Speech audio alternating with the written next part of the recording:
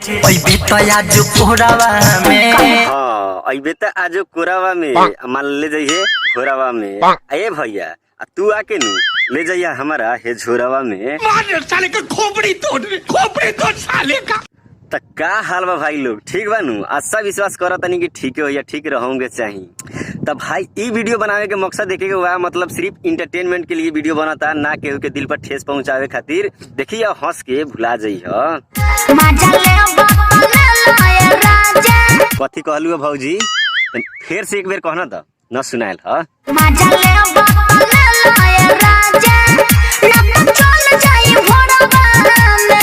अच्छा त ए भौजी मजे लेवे नु आयल बड़ी हो, ऐसे घूमे थोड़े आयल बड़ी। समझ रहे हो? वो काम करो ना, चलो ना ई कोरा में होने दाम तय कर लिया सब कि कितना तोर फीस बा, ओकरा बाद नु मजा लियाई दियाई। अभी मजा आएगा ना भिड़ो।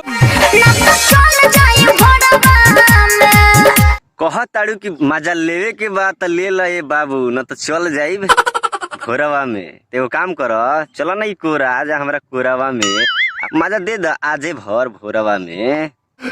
मस्त प्लान है। बनी कोमर हिलावा रात भर मरन करी के जोराबा में। यही से नु पसंद बाड़ू ए भौजी, जब तू कमर हिलाई ताड़ू नु त इने करेजो नु हिलैता, यही से पसंद बाड़ू। कह ताड़ू कि कमर हिलावत बानी ए बाबू, मर करी के अजोरावा में।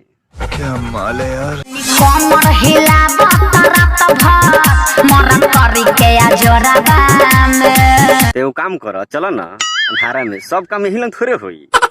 सब काम मरकरी के अजोरा में ननु होखेला, कुछ काम अनहरों में होखेला। ने तोय ओए के बात कहनी है, कुछ और मत समझिया। अइबे त आज अइबे त आज कोरावा में। तो ये अंकित भाई माने ई बहुत गलत लागता। देखो कहता कि अइबे त आज कोरवा में, माने हम बानी वही बेर से हिंगरा फेरवा में, तू कहता कि आज हमरा कोरवा में। बाक मर दे नहीं, तू छोड़ दो, जाए दो, हम आयल बानी, हम संभार लेम। साले का खोपड़ी तोड़ साले का। अइबे त आज कोरावा में मानो ले जाइए बोरावा में। तो हाँ अइबे त आज कोरावा में मान ले जाइए घोरावा में। अये भैया तू आके नु ले जाइया हमारा हे झोरावा में। देखा तड़ा कि एगो आदमी पीछा पड़ल बा, तो तू पीछा पड़ जाता जा। अरे दादा। अब भाई वीडियो थोड़ा भी पसंद आयल हुई नु भाई, प्लीज भाई चैनल के सब्सक्राइब कर लिया, काहे कि अगर वीडियो नया बनी तो सबसे पहले तोरा लंग पहुंच जाई, देख के मजा आ जाई।